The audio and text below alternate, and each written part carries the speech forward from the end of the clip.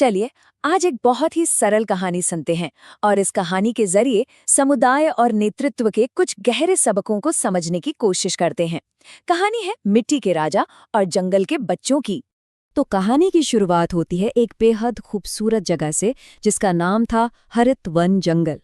देखिए, ये सिर्फ एक जंगल नहीं था बल्कि एक जीते जागते खुशहाल समुदाय का घर था। इस कहानी को ठीक से समझने के लिए सबसे पहले हमें हरित वन की दुनिया में झांकना होगा। ये जानना बहुत जरूरी है कि आखिर संकट आने से पहले वहां का जीवन कैसा था, क्योंकि कहानी की असली सीख यहीं से निकल कर आती है। तो सोचिए, हरित वन छोटे छोटे जानवरों का घर था और उन पे राज करता था एक बहुत ही दयालु मिट्टी का राजा जो हमेशा हमेशा सबकी मदद के लिए तैयार रहता था। ये एक ऐसी जगह थी जहां पेड़ खूब हरे भरे थे, नदियां पानी से लबालब भरी रहती थीं और सबसे बड़ी बात, हर कोई एक दूसरे की मदद करता था। मतलब सब कुछ एकदम परफेक्ट था। लेकिन जैसा कि अक्सर अच्छी कहानियों में होता है, ये शांति और खुशहाली हमेशा के लिए नहीं थी। इस प्यारे से जंगल पर एक बहुत बड़ा संकट आने वाला था। एक ऐसा संकट जो उनकी एकता और हिम्मत की परीक्षा लेने वाला था। और फिर एक दिन अचानक बिना किसी चेतावनी के जंगल पर भयंकर गर्मी और सूखे का कहर टूट पड़ा। ये एक ऐसी प्राकृतिक आपदा थी जिसके लिए सच कहूं तो कोई भी तैयार नहीं था।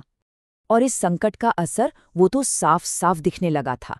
जहां पहले हरे भरे लहलहाते पेड़ थे, वो अब सूखने लगे थे, दम तोड़ने लगे थे। जो नदियां पानी से भरी रहती थीं, वो अब बिल्कुल खाली और सूखी थीं। और वो जानवर जो पहले खुश और बेफिक्र होकर घूमते थे, अब उनके चेहरों पर चिंता और परेशानी साफ झलक रही थी। हरितवन की दुनिया मानो पूरी तरह से बदल गई थी। ऐसे मुश्किल वक्त में जंगल के बच्चों ने वही किया जो एक समुदाय को करना चाहिए। वो सब मिलकर एक उम्मीद के साथ अपने नेता, अपने मिट्टी के राजा के पास मदद मांगने गए। उन्होंने बस इतना ही कहा, राजा जी, हमें आपकी मदद की जरूरत है। और बस यहीं से कहानी का सबसे जरूरी हिस्सा शुरू होता है। यहाँ राजा सिर्फ कोई हुक्म नहीं देते, बल्कि एक ऐसा ज्ञान, एक ऐसी सीख देते हैं जो हमेशा के लिए उन बच्चों के साथ रहने वाली थी। ये सिर्फ एक समाधान नहीं था, ये एक सबक था। राजा ने मुस्कुराते हुए कहा, डरो मत, मैं तुम्हारी मदद करूंगा।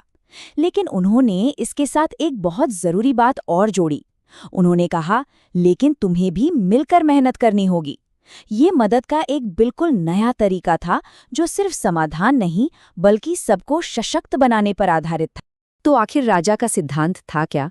उनका साफ मानना था कि असली और टिकाऊ समाधान किसी जादू की छड़ी से नहीं आते। वो तो तब आते हैं जब एक समझदार नेता का मार्गदर्शन और पूरे समुदाय का सामूहिक प्रयास, ये दोनों एक साथ मिलते हैं। एक तरह से उन्होंने उन बच्चों को सिखाया कि वे खुद अपनी किस्मत बना सकते हैं। तो ये तो हुई ज्ञान की बात। अब देखते हैं कि इस ज्ञान ने असल में काम कैसे किया। ये कहानी का वो हिस्सा है जहां शब्द एक्शन में बदलते हैं और जंगल के बच्चे अपनी असली ताकत को पहचानते हैं। और बस सब काम पर लग गए। जानवरों ने खुद मिलकर छोटे छोटे नाले खोदे ताकि दूर से पानी लाया जा सके। उन्होंने सूखते पेड़ों के चारों ओर नई मिट्टी और खाद डालकर उन्हें जैसे एक नई जान दे दी। और राजा, उन्होंने अपनी जादुई मिट्टी का इस्तेमाल करके उस लाए हुए पानी को साफ और ताज़ा बनाया।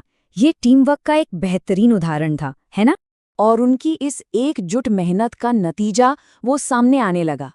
ये कोई एक रात का चमत्कार नहीं था, बल्कि ये उनके सामूहिक प्रयास का मीठा फल था। धीरे धीरे पेड़ फिर से हरे भरे होने लगे, नाले पानी से भर गए और जंगल में फिर से खुशियां लौट आईं। तो कहानी तो यहाँ खत्म हो जाती है, लेकिन इसकी असली सीख तो अब शुरू होती है। देखिए, ये कहानी सिर्फ एक जंगल को बचाने के बारे में नहीं है। नहीं, ये हमें जीवन और नेतृत्व के बारे में कुछ बहुत बहुत जरूरी बातें सिखाती है। राजा ने आखिर में जो कहा, वो शायद लीडरशिप की सबसे अच्छी परिभाषा है। उन्होंने कहा, याद रखो बच्चों, सच्चा राजा वो नहीं है जो हुक्म चलाता है, बल्कि वो है जो दूसरों की मदद करता है और अपने जंगल को खुश रखता है। मतलब नेतृत्व सेवा का काम है, ताकत दिखाने का नहीं। तो इस पूरी कहानी से हमें क्या सीखने को मिलता है? मोटे तौर पर 3 मुख्य बातें हैं। पहली, कि कड़ी मेहनत और टीमवर्क से बड़ी मुश्किल को भी हल किया जा सकता है।